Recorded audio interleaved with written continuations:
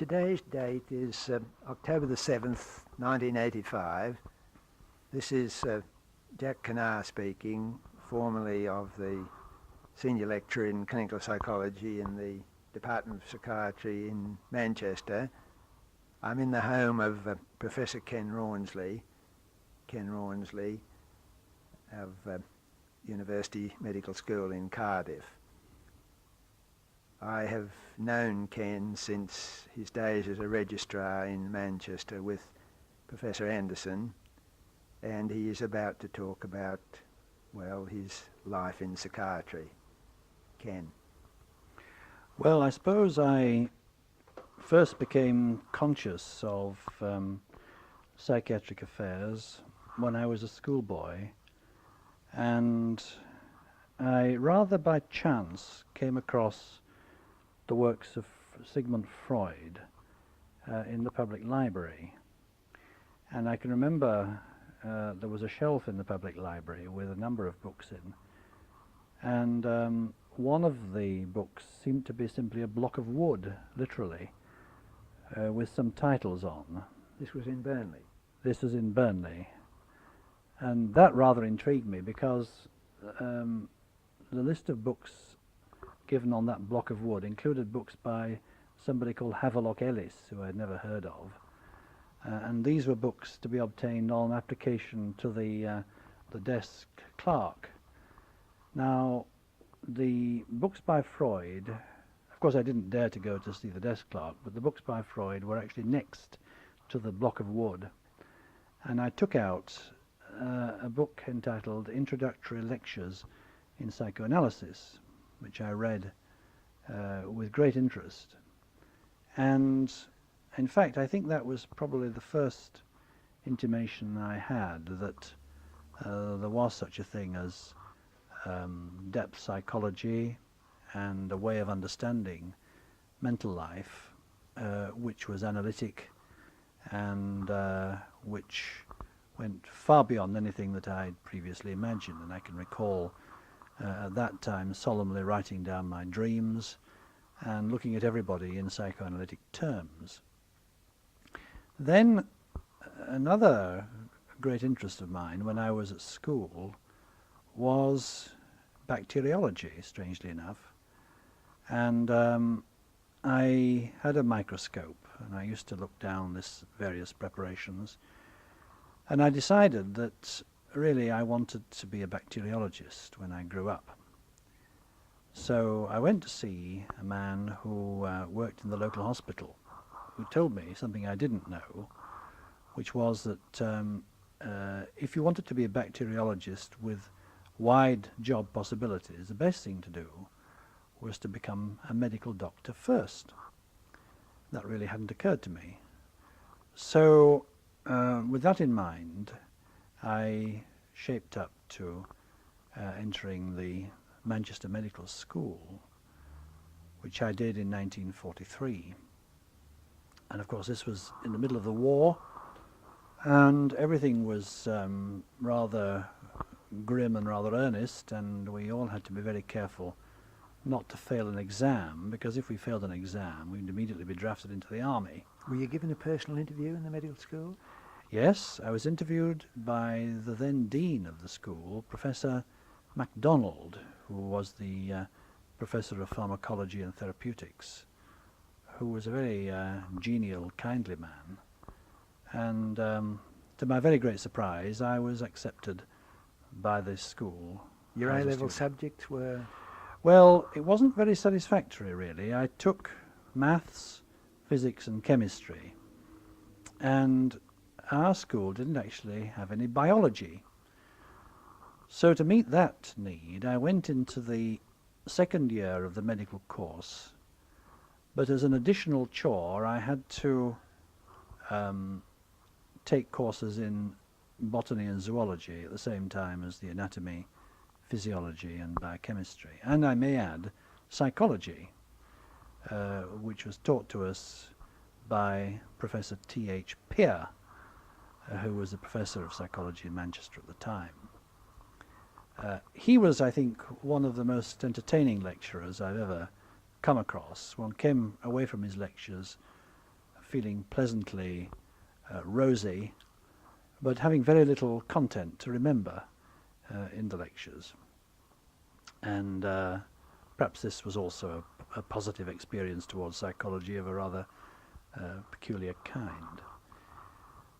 One of the important teachers, I think, in my early experience there was Professor Frederick Wood-Jones, who, of course, had wide experience in anthropology as well as anatomy, and his lectures were attended by a very large audience, way beyond the second year medical students, because they were absolutely enthralling, and his way of bringing in material from comparative anatomy and comparative anthropology was really quite remarkable. He was a very extraordinary man, and had, I think, quite an influence on me.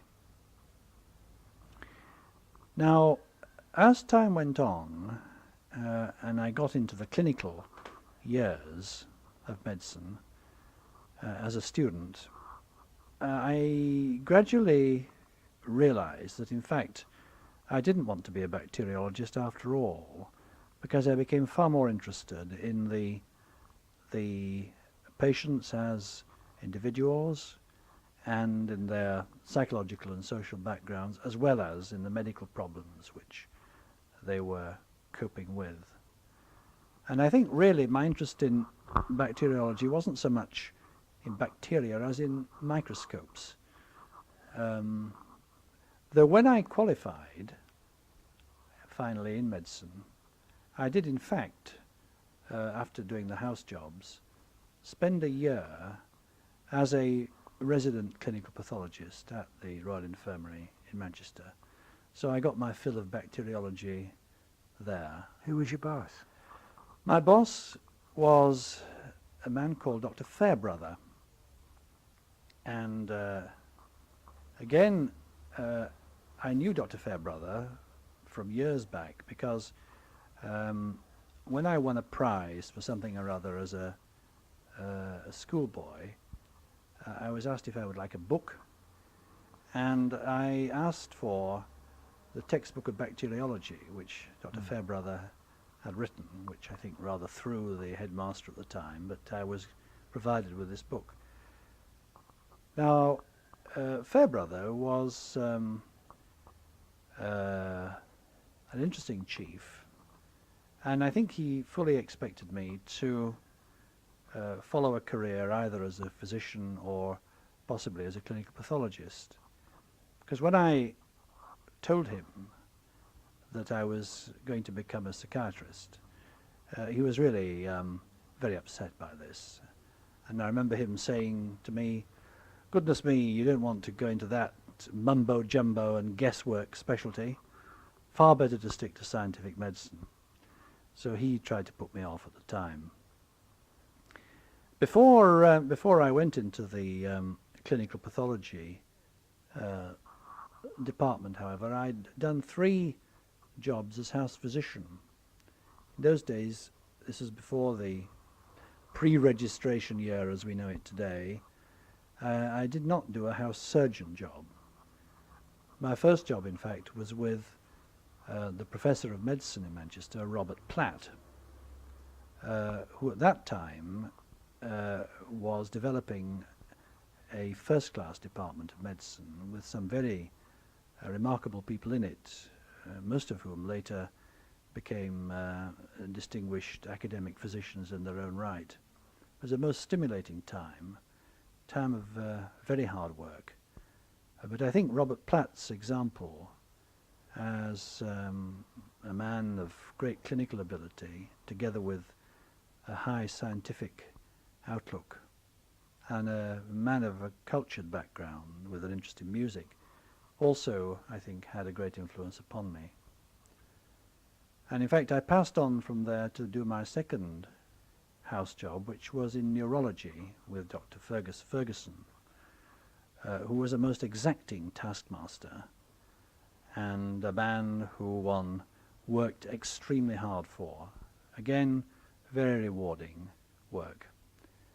then I did my third house job in the Crumpsall Hospital in North Manchester with Dr. R.W. Luxton, who in fact died very recently.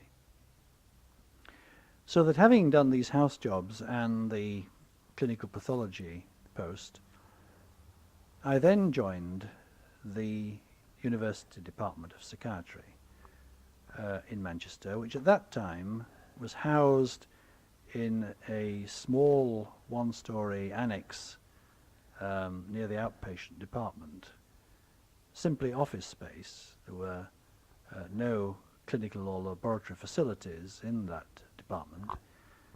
We had a very small number of beds which were actually scattered on the general medical wards. There was no psychiatric inpatient unit as such.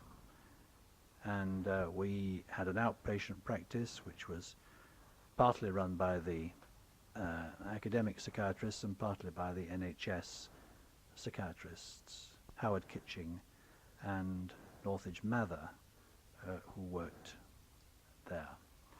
I can very vividly remember the first day I came into the department, because I arrived fairly early in the morning, simultaneously with a new lecturer in psychiatry, who was Bill Tretharn. And I was starting as a senior house officer the same day as he began as lecturer.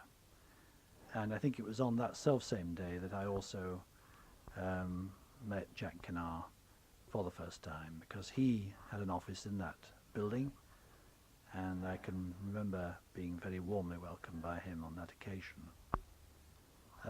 Professor E.W. Anderson, of course, was the head of the department, and he was a man who had lived most of his life in the south of England. He did work for a while in the west of England, but he had come from the Maudsley Hospital, and I think he found the psychiatric hinterland of Manchester something of a desert by comparison with the Maudsley, and strove very hard to bring enlightenment to that part of the world. His approach to psychiatry was essentially phenomenological. He had worked in Germany and he spoke German. He drew his mental sustenance to a large extent from the classic German psychiatric authors, particularly Karl Jaspers and Kurt Schneider, and of course the other older generation of German psychiatrists. His approach was essentially that of a analytic, diagnostic, now what was the term he used?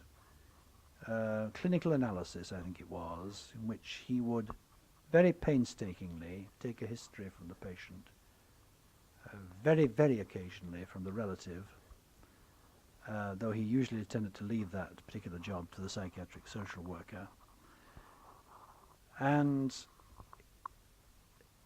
then would examine the patient's mental state at great length and with meticulous attention to detail. And in fact, I think he was, more than any other psychiatrist I've come across, the most careful exponent, both in practice and in theory, of the phenomenological approach. His outpatient clinics were a source of endless fascination. We used to have always 3 new cases on a Monday afternoon. The registrars had to see the patients initially and work up the case, which were then presented to Anderson in the presence of a sizable gathering of other members of the department. And so far as I can remember, the professor never actually saw a patient twice. These were new cases which were then studied by him, reported upon, and if a follow-up was deemed necessary, they were in fact followed up by the registrars or the SHO.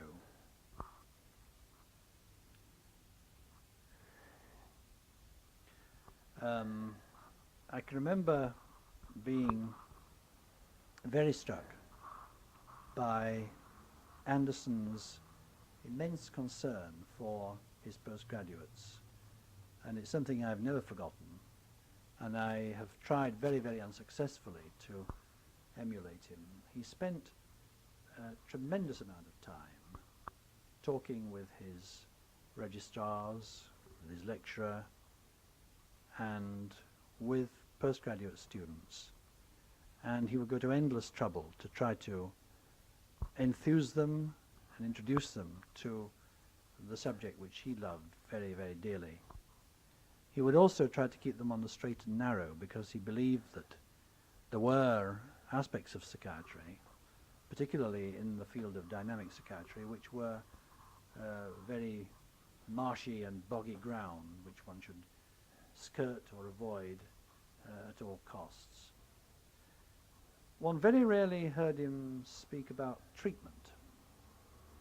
I think he had a slightly fatalistic view of therapeutics, and occasionally we would have some discussion about treatment. But of course, this was in the days, in the early 1950s, when very few remedies were available other than ECT and perhaps certain forms of psychotherapy, but the modern psychotropic drugs had yet to appear,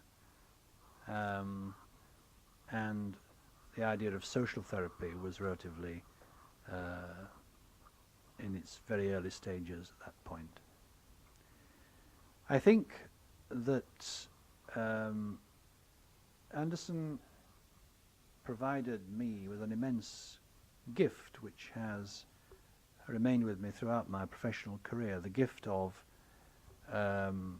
being able to study patients very closely and in a sympathetic way, and a set of skills which I think operate quite independently of any theoretical framework which one may be adhering to at the time. This is pure clinical psychiatry. This is the study of the phenomena, which I believe is a valuable asset to any psychiatrist, whatever his theoretical position or orientation, and which should be the bedrock of his clinical training. And I've always been immensely grateful to Anderson for keeping me in that particular track during those formative years. Yes, I don't know whether you'd agree. It always struck me that for him, psychiatrists were really concerned with madness, with psychoses, with the really, quote, mentally ill, and that the personality disorders or perhaps psychoneuroses, etc., were not of a very great deal of interest, and that really medicine, in one sense, couldn't do very much with them. He was basically interested with the fundamental psychopathology, which Jaspers had written about, and that he was a little impatient with the, if you like, the unhappy, the neurotic, the person with a personality disorder, and he didn't enjoy a clinical presentation nearly so much, unless it was that of a mad person. Well, I don't entirely agree with you there, Jack. Certainly he was interested in the phenomena of severe mental disorder, but of course he had a very keen nose for the psychopathology associated with certain forms of personality disorder. Yes, I suppose you're right. I might have overdrawn it and given the impression that he really wasn't interested. I think he was very much interested as a physician in his patients. I'm perhaps rather thinking really scientifically that his main intellectual interest was in the basic phenomena of psychiatry and manic depressive psychosis. Maybe so, but you see, I mean, of schizophrenia. And, yes, but he was perhaps influenced very much by Kurt Schneider, and of course he did translate with Marion Hamilton, the psychopathic personalities and clinical psychopathology, which Schneider Yes. wrote. And his emphasis especially upon the ubiquity of the anancastic Yes. element in human character, and the way in which this could be both a pathogenic and a pathoplastic influence in the development of psychiatric illnesses, as well as personality disorders, I think again has remained with me as a very seminal idea in my approach to clinical problems.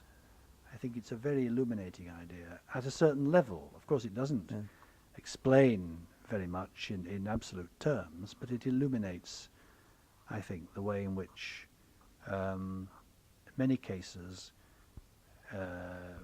can be understood in these terms. So, of course, the other thing that cropped up during that time was the advent of these remarkable drugs, the so-called Fantastica, which came into the forefront of interest.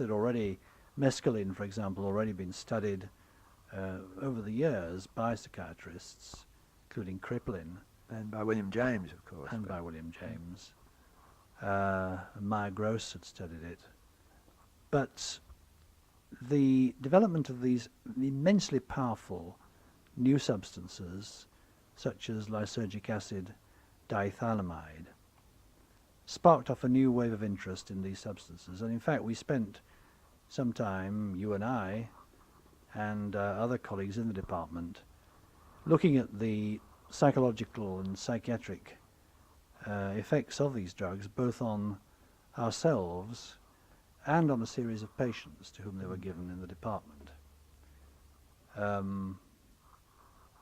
I think the personal experience of LSD and also of mescaline, which I had, was of immense importance in giving me an insight of some sort into the other possibilities of experiencing the world, the way in which one's consciousness can be totally transformed to something quite new, quite alien, for a short space of time, I suppose has given me a respect for and a sensitivity to the experiences which psychotic patients try to convey in schizophrenia or in depression or in organic dementia, which I think also has this angle. So Anderson's stimulus there too was of great importance to me. I think the other gift which he produced, from my point of view, was the emphasis on the importance of broadening one's horizons. The Manchester department was a small department. It had a relatively narrow range of interests at that time because there were very few people there. And Anderson urged me very strongly, after I took my Manchester DPM, to go to the Maudsley, which of course he knew very well, and where I should perhaps learn a little more about other aspects of psychiatry. And so in fact it was in 1954 that I took the Southern Road and went to the Maudsley as a registrar, and was there for about 9 months on the hospital side before joining the Medical Research Council Social Psychiatry Unit. It wasn't called that in those days, it was called the Unit for Research in Occupational Adaptation, but this is what eventually became the Social Psychiatry Unit, under the direction of Professor Aubrey Lewis, who was the Professor of Psychiatry at the Institute at that time. I remember my first couple of days at the Maudsley, I was put on to a psychotherapy firm because it was felt I hadn't had any psychotherapy experience, and found myself working with Dr. Dennis Lee, who was a Manchester graduate and who was a very vigorous and dynamic person. And the first task I had to undergo was to go down to a mortuary in East London to persuade the pathologist to give me the brain of one of Dr. Lee's patients who died from some organic condition. Well, I didn't have a car, and I can recall coming back from the mortuary to the Maudsley, carrying this brain in a biscuit tin, and just hoping that I wasn't going to be stopped on the tram by some person who wanted to see what was in the tin. This was my introduction to psychotherapy in the Maudsley Hospital. I was with Dennis Lee for 6 months, thoroughly enjoyed my time with him, and we did in fact do some psychotherapy using the Feinsinger approach to this art. And then I was translated to the professorial unit, strangely enough to work for another Manchester graduate, Dr. David Davis, who was the dean of the Institute of Psychiatry at that time, and under the general aegis of Professor Lewis. And my senior registrar was, at that time, Dr. Michael Shepherd. So I was on the professorial unit for just a very few months, and of course the intellectual discipline there was severe. Professor Lewis Professor Lewis was a man who abhorred sloppy thinking, and if you made a statement in the professional context, you had to be able to substantiate it, preferably by some sort of research evidence. And many of the things one said were questioned, and this was a very testing time, though at the same time immensely stimulating and compelling one to think very hard and to go to the sources and to become skeptical and critical of the published work, as well as the ex cathedra statements made by experts in the field. Now, after some weeks on the professorial unit, Professor Lewis asked me to join the Medical Research Council unit, as I've already mentioned, and I was into an entirely new world. The assistant director was, at that time, Dr. Maurice Carstairs, and I worked very closely with two psychologists, Dr. Neil O'Connor and Dr. Jack Tizard. And strangely enough, my friend Dr. Lawton Tong, who was a fellow registrar the time I was in Manchester, was also at that time working in the MRC unit.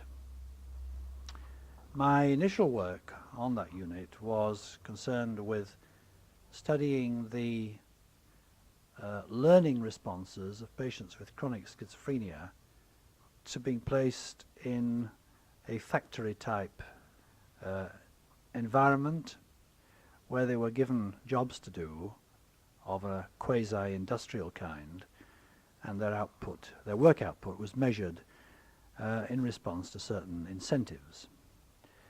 And I carried on with this for a while, which I found very interesting, but it was more the way in which one worked out one's days that was so new. I was doing no clinical work of the conventional kind. One had this slight anxiety that one should be doing something rather more definite, but one had to think, to prepare proposals for research, to go into the library and regard that as a valid exercise, and to lead a life which was quite different from one's hitherto much more clinical type of experience. Then, having been there for some months, we had a visit from Professor Archie Cochrane, who at that time was Dr. Archie Cochrane, in fact working for the Medical Research Council in South Wales, an epidemiologist who was studying a number of common medical conditions in defined populations in South Wales, particularly in the Rhondda valleys and in the Vale of Glamorgan. Archie Cochrane was an iconoclast, again rather like Aubrey, though less ferocious in many ways, demanding evidence before accepting anything at all, and something of a scourge among clinicians. He very generously offered the use of his defined populations for psychiatric study, and I agreed to go down to South Wales for perhaps a year to carry out surveys in the regions, and I took with me two colleagues. One was Joe Loudon, who was a social anthropologist from the LSE and also a medical doctor, and the other colleague was Lewis Miles, who was a psychiatric social worker, also trained at the LSE in the Maudsley, a native of South Wales who had previously worked as a miner, so he had a very good entree into the area. And far from staying there for a year, in fact I remained there for the next 7 years, carrying out these studies with Cochrane and his team. And then in 1964, the Welsh National School of Medicine inaugurated the first chair in psychological medicine, which I applied for and was duly appointed. And of course, from that point on, my energies were very largely devoted to trying to establish an academic department from scratch, with a great deal of help and goodwill on all sides, but nevertheless hard graft in many respects. My office was on a ward in the local psychiatric hospital, Whitchurch Hospital, and patients would sometimes just simply come into the room while I was talking to someone and have a chat, and I felt to be very much in the thick of the clinical experience. We very gradually built up a critical mass of clinical workers, teachers, and far more slowly a research team working in a variety of fields, in the biochemistry of mental disorders, in the evaluation of mental handicap services, and still continuing for a while to work in the field of epidemiology. And of course this was during the late 1960s, at a time when there was still an air of optimism in the universities, where there was expansion expected and going on, and really we had no inkling of an idea that in years to come we would be seeing this incremental stage reach a peak and begin to slide downwards, which it is doing at the present time. Round about 1971, the Royal College of Psychiatrists came into existence, having been transformed from the Royal Medico-Psychological Association, which preceded it. Ken, is the history of the growth or the preliminaries to that recorded, published anywhere yet? It isn't published in any very extensive form. There's quite a bit of stuff to be dug out of the reports of the time. But in fact, it was a very stormy passage because there were divisions of opinion in the old RMPA body as to what should best be done.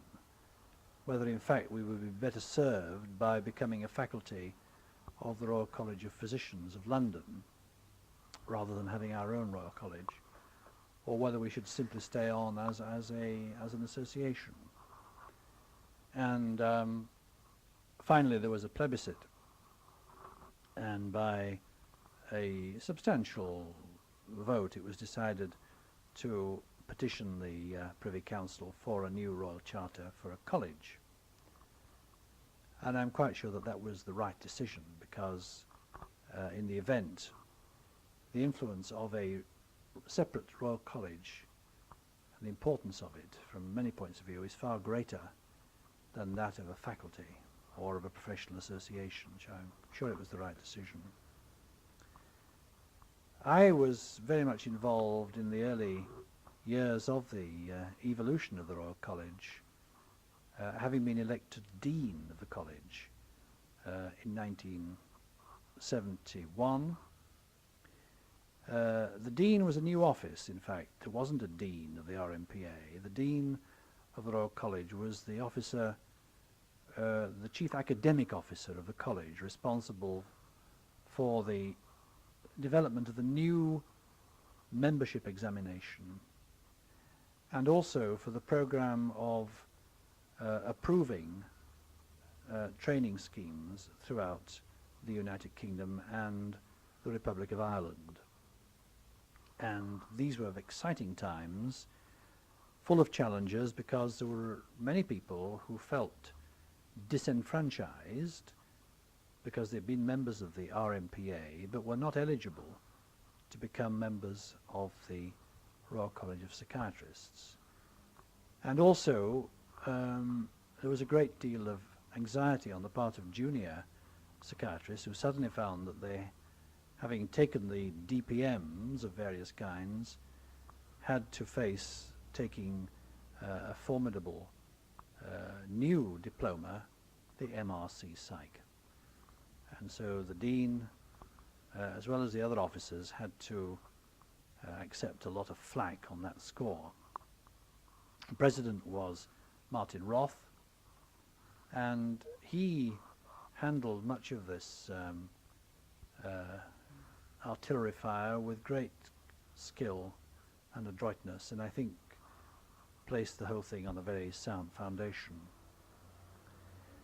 So I was Dean of the College for 5 years, and that absorbed a good deal of my energy and time, as well as at the same time trying to continue to build up the department in Cardiff.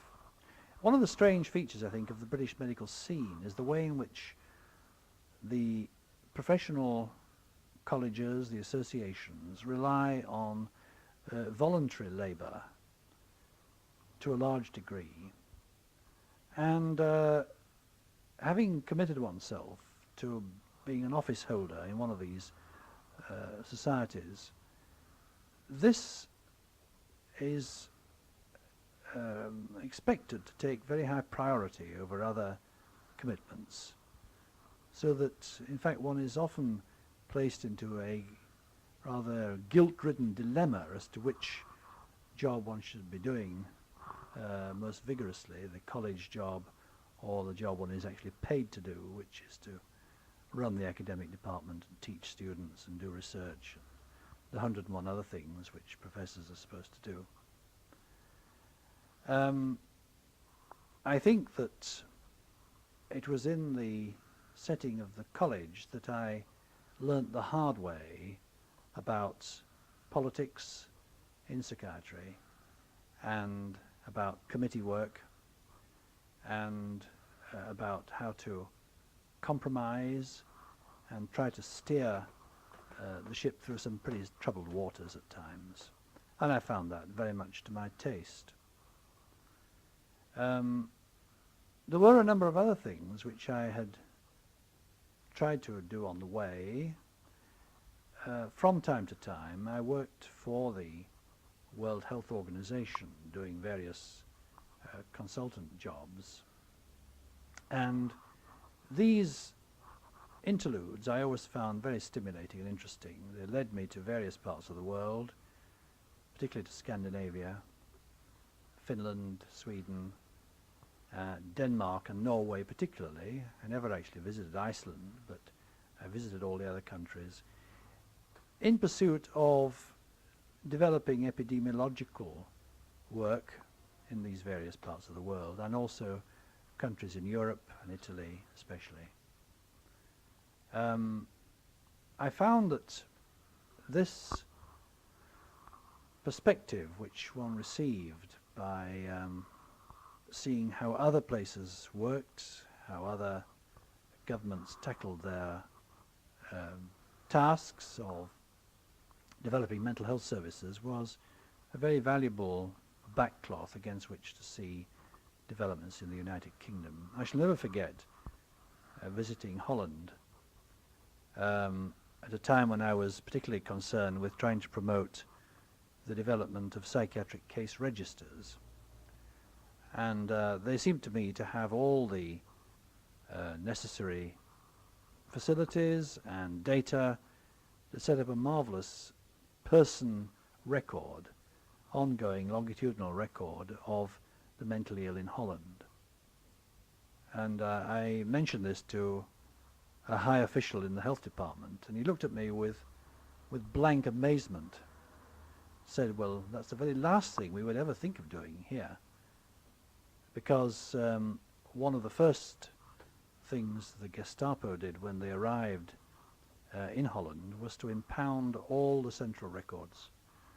And in fact they used records of the mentally ill and the mentally handicapped as part of their extermination program, and we'll never do it again. So one got a new slant onto the attitudes to central records for epidemiological purposes, which one had never dreamt of before. Another line of work which became very important to me later on, when I became president of the Royal College of Psychiatrists in 1981, was the whole problem of the abuse of psychiatry, particularly in the USSR, to silence dissidents. And when I first became involved with this work, I was quite sure that the whole thing was simply just fanciful, perhaps a bit of disinformation or black propaganda. But having been into it very thoroughly, I became quite sure that this process is an established part of Russian psychiatric practice under the general aegis of the KGB. And I was able, in the course of my work with the Royal College, to try to bring influence to bear on the Russians to give up this practice. And in fact, it was my rather heavy task to present the case against them in Vienna in 1983 at the World Congress of Psychiatry. But they preempted me by resigning from the association a few weeks beforehand. Nevertheless, there was a very vigorous debate, and I only heard very recently, in fact, that there is now some evidence that the practice, although it still goes on, is on a reduced scale and is less horrific perhaps than it was 2 or 3 years ago. But of course this is a subject which touches psychiatrists very closely and which is a source of great concern and worry because of the prostitution of the subject for political ends, and one which we will need to fight very hard in the future, I believe.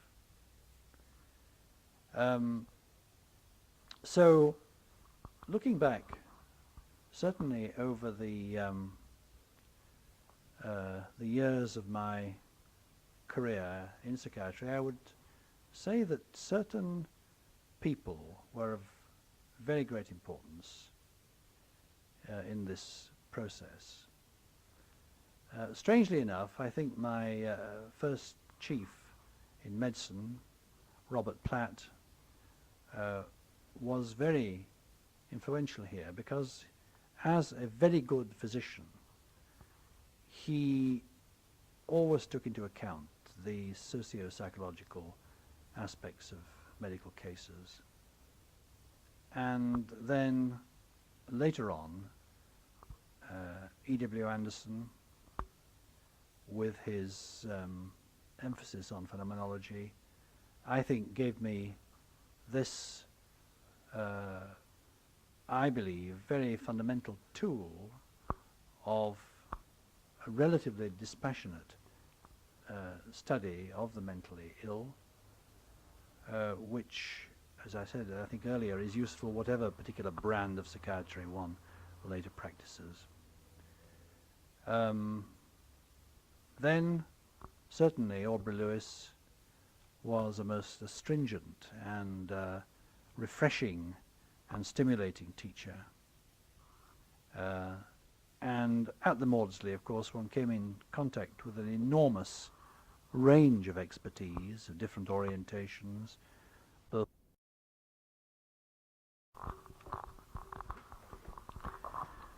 Professor Lewis had a policy of bringing into the Maudsley the best people he could find representing different aspects of psychiatry and psychology, and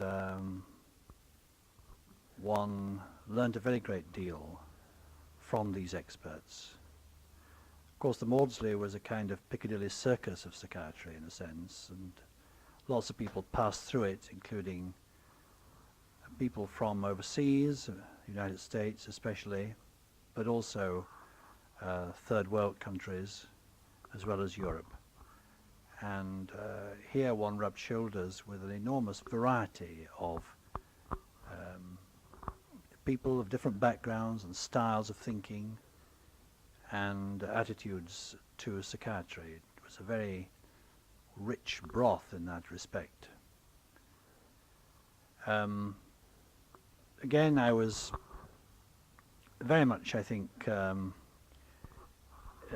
interested, I don't know that I was all that influenced, but very interested to meet a number of key figures through the World Health Organization, people who were running the mental health unit in Geneva, Professor Eduardo Krapf, Dr. Tsung-Yi Lin, who carried out some of the earliest epidemiological studies in the Far East, in what was then called Formosa, but now Taiwan, and later Dr. Norman Sartorius, who is at the present still the head of the mental health unit in Geneva.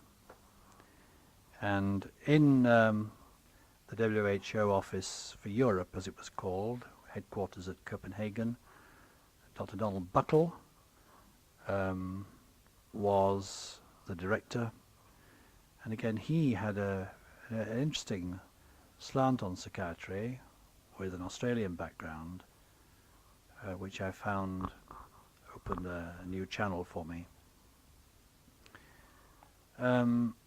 So that I believe all these things came together to, in a sense, reinforce my epidemiological approach to the subject, and particularly to reinforce my growing view that mental disorders, although very often founded in the biological Anlagen, as Anderson would have called it, were strongly influenced and fashioned, and indeed to some extent generated by socio-cultural factors, and that these had to be understood in their context before one could make sense out of the clinical presentations. Turning back for a moment to the establishment of the college, it was interesting to see the reactions of other medical bodies to the emergence of this newcomer. The Royal College of Physicians of London, I think, were somewhat put out when this happened, because they had worked very hard to try to steer the psychiatrists into their own fold, and would have much preferred, I think, to have had a faculty of psychiatry as part of the College of Physicians. I think the surgeons viewed the whole thing probably as a rather irrelevant development anyway, so it didn't so much matter there. Interestingly enough, we got a very cordial response from the Royal College of General Practitioners, and we've always had very close links, in fact, with that college.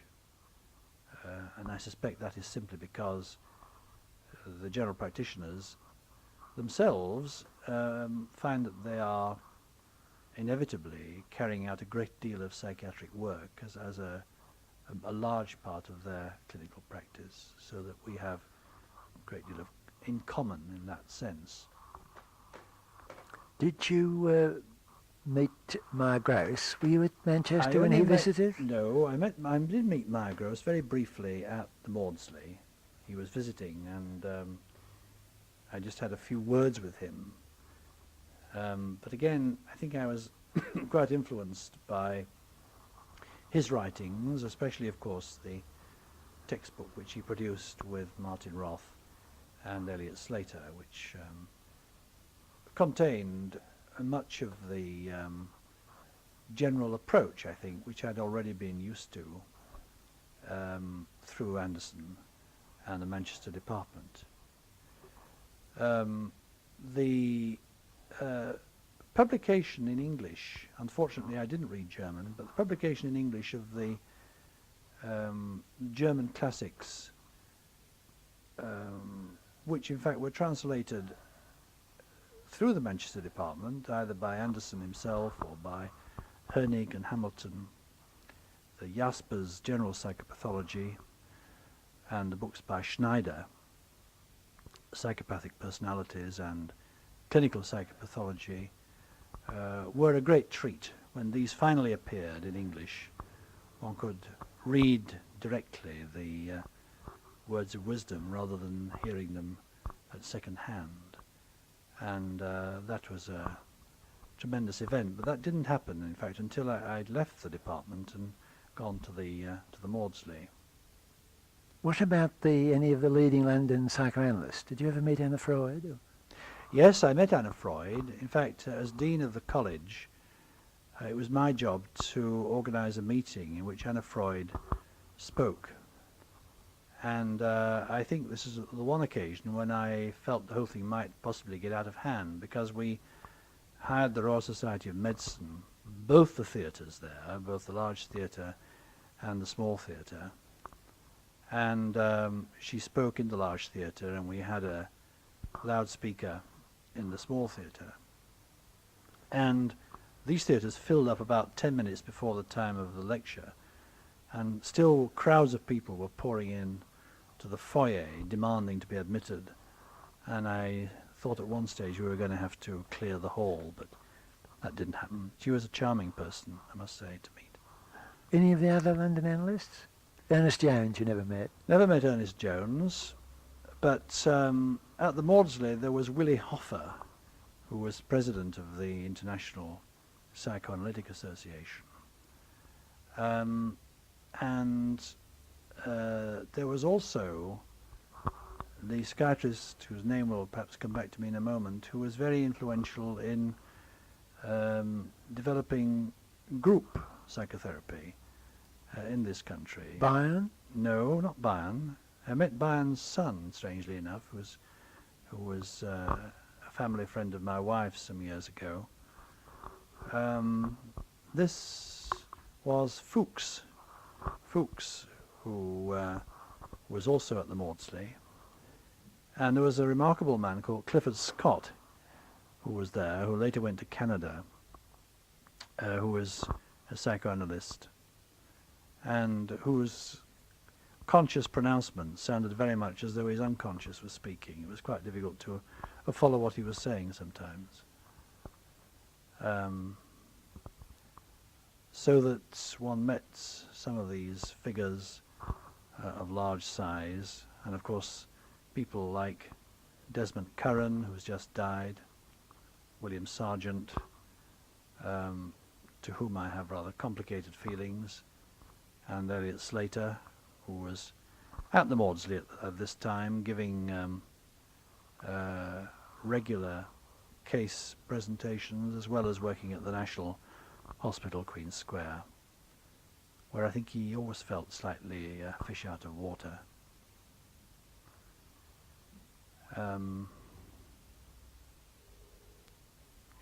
So, those were some of my professional experiences. I have been, of course, very, very concerned about many of the attacks which have been made on psychiatry by the development of the anti-psychiatric movement, by the Jeremiahs who prophesied doom and gloom, the fact that we're all going to be swept away by various other disciplines in the course of the next few years.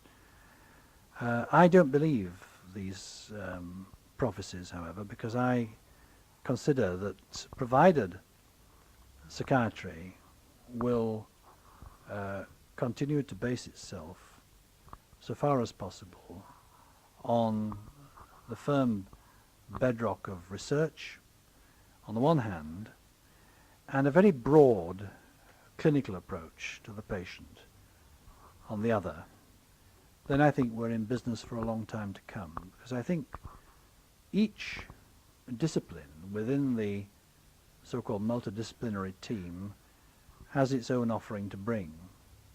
And I think the psychiatrist, with his particular blend of biological and sociological and psychological training, can offer a perspective which is unique and which, provided he keeps his feet firmly on the ground and takes on board the new learning as it comes, will still make psychiatry a viable subject for a long time to come. I sometimes think of how my other interests dovetail with my professional life. I think sometimes they do and sometimes they don't at all, because I've always been interested in literature, and a lot of the stuff I read has got nothing at all to do with psychiatry, I'm quite sure. But some of it has, and again I remember as a young psychiatrist being immensely interested by writers such as Franz Kafka, who I think was able to portray in his writings very sensitively some psychopathological states which one came across in practice. Also, of course, Dostoevsky paints some marvelous pen pictures of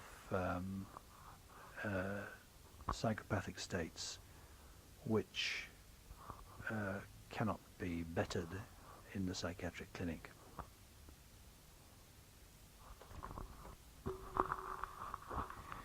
Another writer who I think I had a tremendous impact upon me was William James, and especially his Varieties of Religious Experience, because here again he describes states which one comes across in morbid conditions sometimes. But he made a point in that book which has always remained with me and which I think is of central importance, and that is that it's not for the psychologist to evaluate the spiritual or religious significance of what appears on the surface to be an abnormal state. One may note it, study it, record it, evaluate it psychologically, but there are other dimensions which may be religious, spiritual, social, and which are not for the psychologist as psychologist to comment on. He may comment on them as a human being or even as a religious person, but his expertise doesn't run to that field. Now, I suppose one ought to say about one's own religious persuasion here, I don't think I belong to any particular standard mold in this respect, or I'm not part of any particular persuasion or sect, but I am at times very aware of the transcendental aspects of existence, and certainly my own experience is that these feelings in me have been aroused by two things, one of which is the taking of psychedelic drugs, as I've already mentioned, in the 1950s, and secondly by music, because I think that now and then certain composers, particularly J.S. Bach, but also some of the modern composers, and notably Walton, are able to evoke feelings of